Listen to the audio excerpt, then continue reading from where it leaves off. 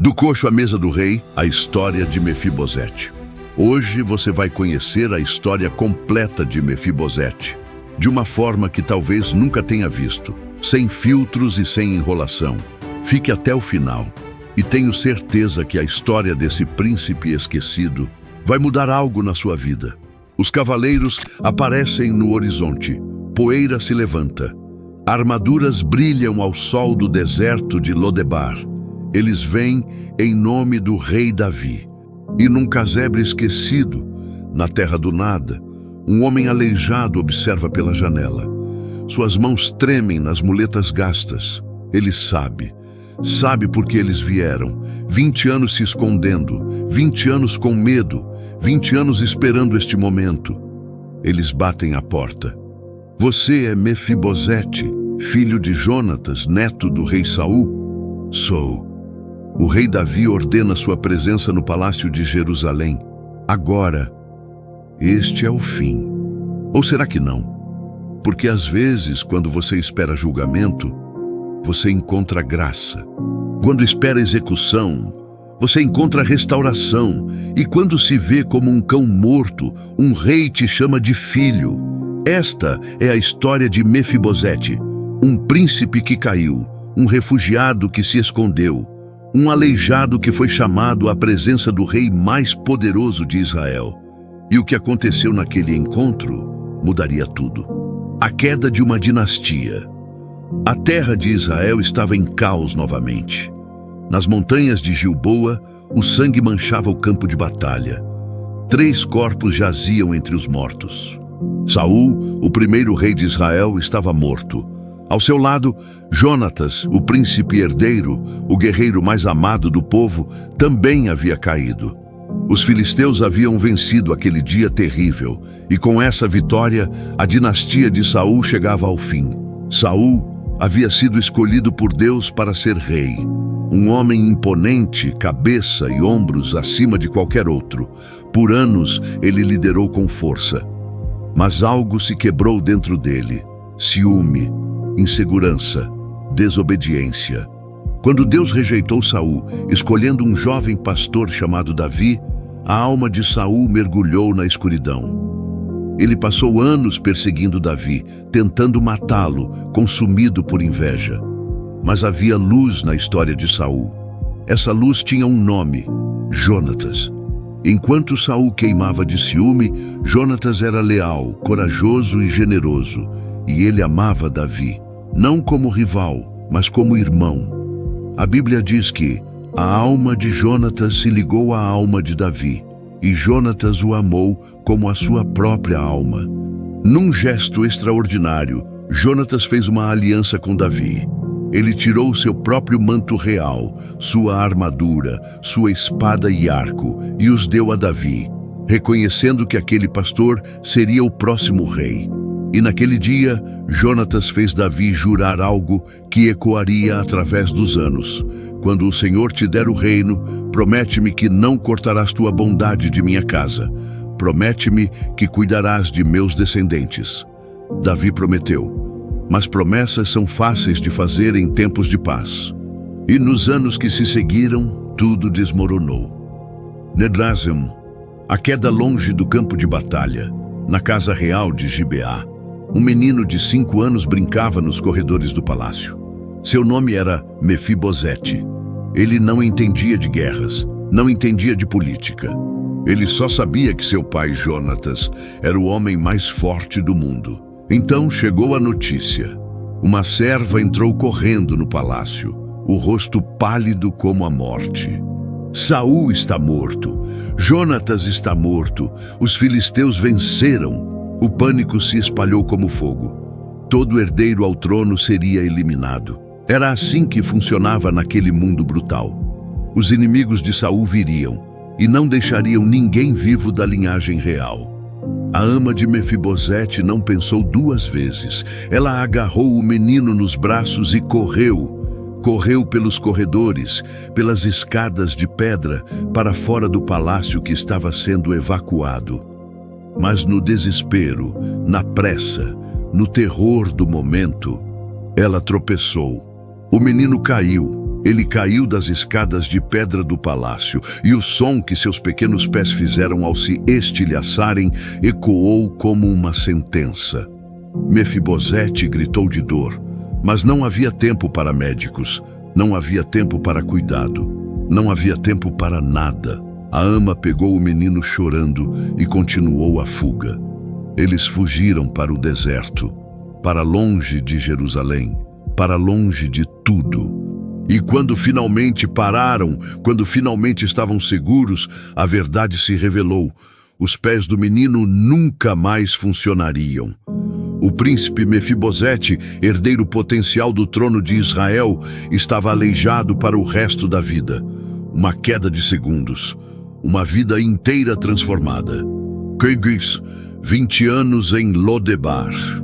Os anos passaram como sombras. Mefibosete cresceu em Lodebar, um nome que em hebraico significa literalmente lugar sem pasto, terra sem nada. Era uma região esquecida no deserto da Transjordânia, onde pessoas que não tinham para onde ir acabavam ficando. Ali, o neto de um rei vivia como um refugiado. Sua casa era humilde, sua comida escassa, suas roupas remendadas. Mas o pior não era a pobreza material. O pior era a prisão do medo. Mefibosete vivia aterrorizado de que alguém descobrisse quem ele era. Aterrorizado de que o rei Davi, agora firmemente estabelecido no trono, mandasse matá-lo. Era isso que reis faziam com os herdeiros de dinastias rivais. Eliminação. Segurança. Nenhuma ameaça ao trono. Ele se escondia, evitava a atenção. Vivia nas sombras de Lodebar como um fantasma, e a vergonha era sua companheira constante. Vergonha de suas pernas aleijadas. Vergonha de precisar de muletas para se mover. Vergonha de ser um fardo. Vergonha de carregar um nome real sem nenhum poder, nenhuma honra, nenhum futuro. Por 20 longos anos, Mefibosete viveu assim, escondido, com medo, convencido de que não tinha valor. Ele se considerava um cão morto, algo sem importância, algo que nem merece ser notado. À noite, quando o silêncio tomava conta de Lodebar, Mefibosete às vezes se perguntava sobre seu pai, Jonatas, o guerreiro, Jonatas, o herói. Ele se perguntava se seu pai ficaria orgulhoso dele ou decepcionado, mas essas perguntas não tinham resposta. Jonatas estava morto há mais de 20 anos e com ele todas as promessas de um futuro diferente. Ou assim Mefibosete pensava. Megmar, a busca do rei. Enquanto isso, em Jerusalém, o rei Davi estava no auge de seu poder. Ele havia conquistado a Cidade Santa, derrotado os inimigos de Israel, estabelecido um reino forte e próspero. A Arca de Deus estava na capital. O povo o amava, seus filhos estavam crescendo, tudo parecia em paz. Mas numa tarde, sentado em seu trono de cedro, Davi fez uma pergunta que surpreendeu todos ao seu redor. Restou ainda alguém da casa de Saul para que eu possa mostrar-lhe bondade por amor a Jonatas? Silêncio. Os conselheiros se entreolharam, confusos. Mostrar bondade à casa de Saul? O rei anterior? O rival? O homem que havia passado anos tentando matar Davi? Por que um rei faria isso? Mas Davi não estava pensando em Saul naquele momento. Ele estava pensando em Jonatas, seu amigo, seu irmão. O homem que havia arriscado tudo por ele. O homem que poderia ter sido rei, mas escolheu a lealdade em vez da coroa. E Davi se lembrava da promessa. Promete-me que cuidarás de meus descendentes. Chamaram Ziba, um antigo servo da casa de Saul. Existe alguém da família de Jonatas ainda vivo? Davi perguntou. Ziba hesitou. Seus olhos se estreitaram. Então, lentamente respondeu. Há ainda um filho de Jonatas, aleijado dos pés. Onde ele está? Em Lodebar, na casa de Maquir, filho de Amiel. Davi não perdeu tempo. Tragam-no aqui, agora. E foi assim que os cavaleiros foram enviados. Foi assim que chegaram àquela casa humilde no deserto. Foi assim que a vida de Mefibosete foi virada de cabeça para baixo.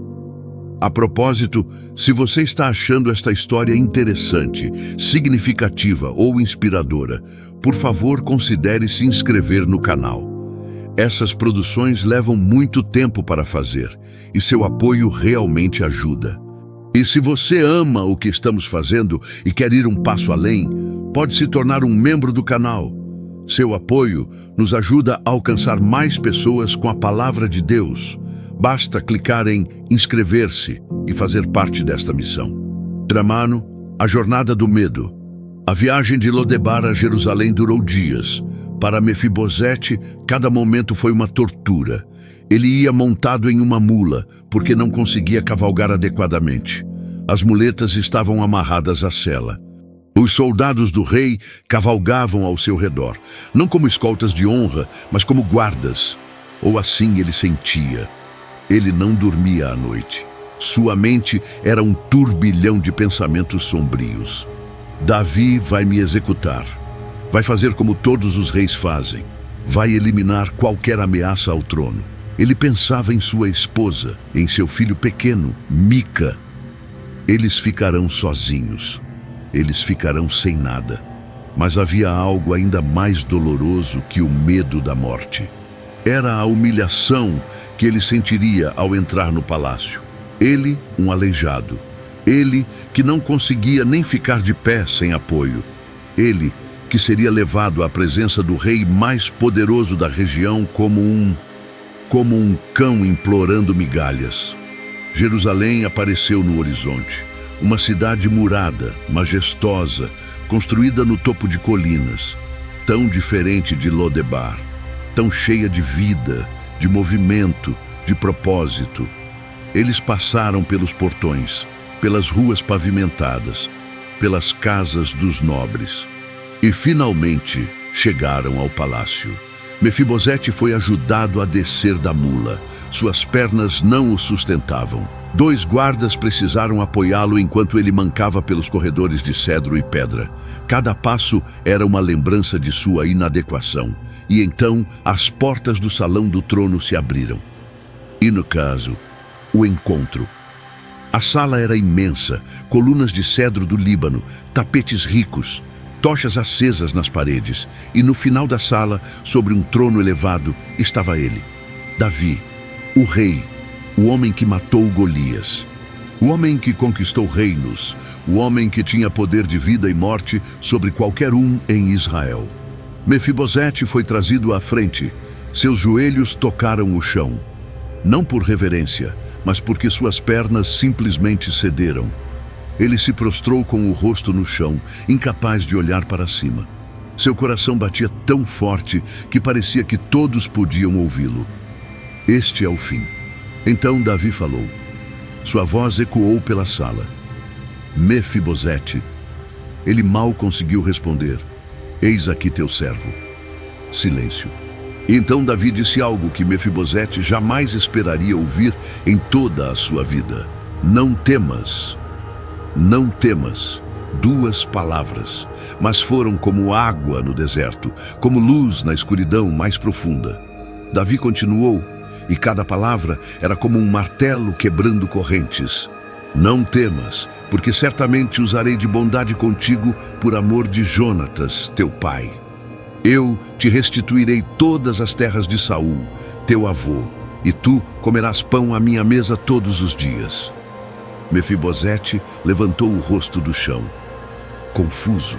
Sem acreditar, Davi não estava falando de execução, não estava falando de prisão, estava falando de restauração. Eu te devolverei todas as terras que pertenciam à tua família.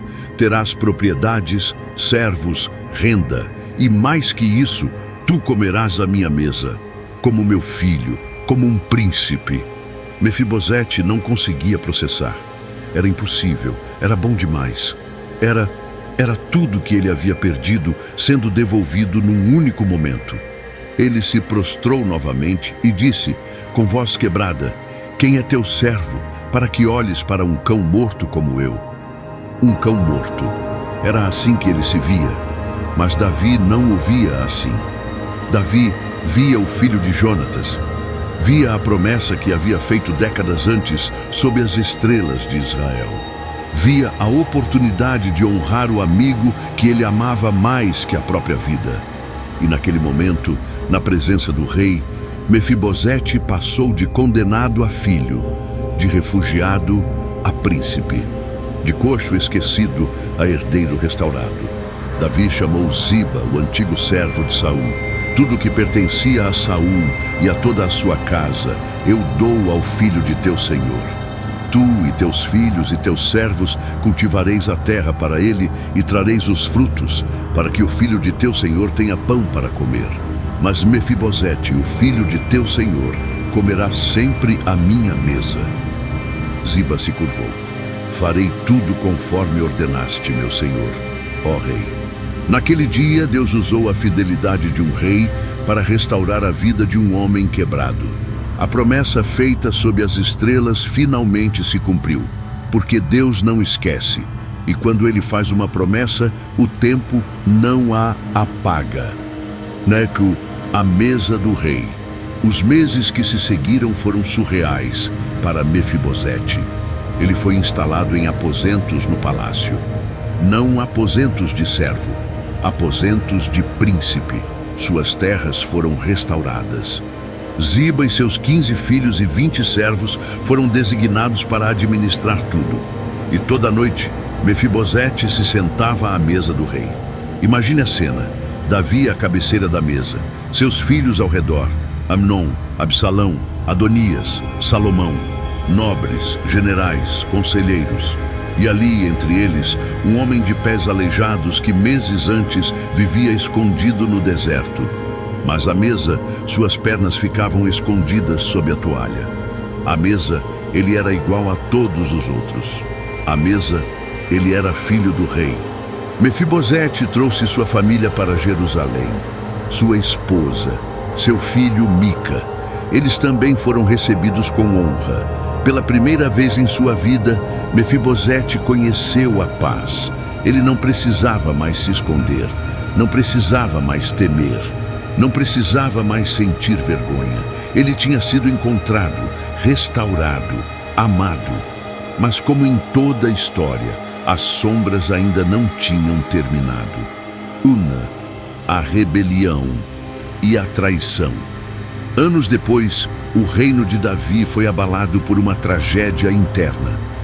Absalão, o filho mais brilhante e carismático de Davi, se rebelou contra o próprio pai. Ele reuniu exércitos, conquistou apoio popular e marchou contra Jerusalém para tomar o trono à força. Davi foi forçado a fugir.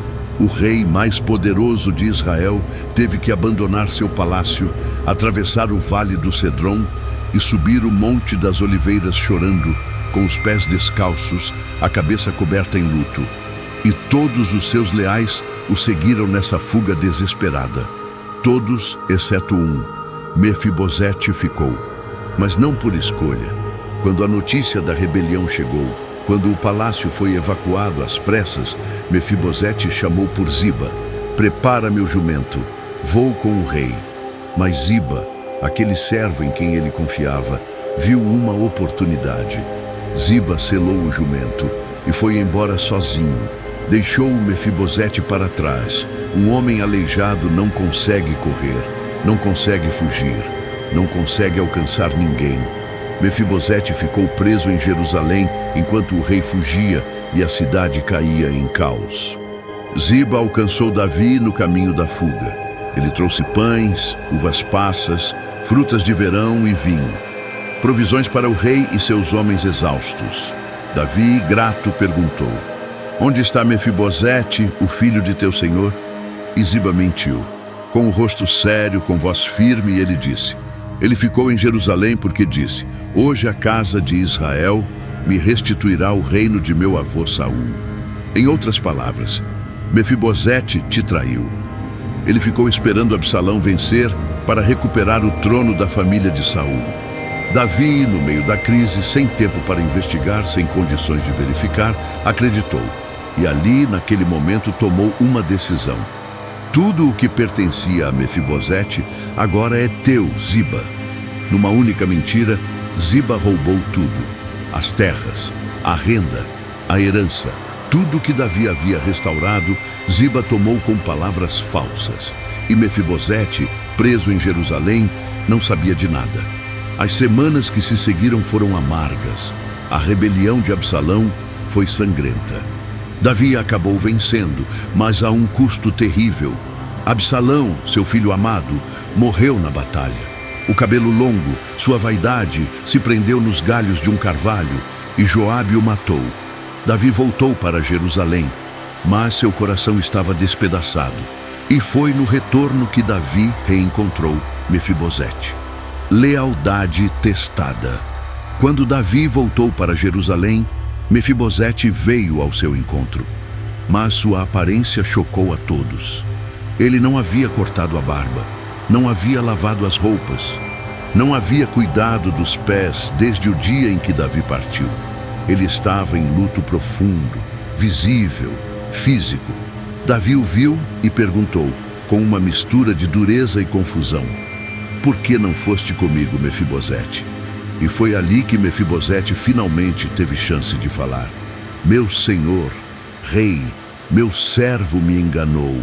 Eu disse a ele: sela-me o jumento para que eu monte e vá com o rei, porque teu servo é coxo. Mas Ziba me enganou e ainda caluniou teu servo diante de ti. Ele continuou, sua voz cheia de emoção: mas meu senhor, o rei, é como um anjo de Deus.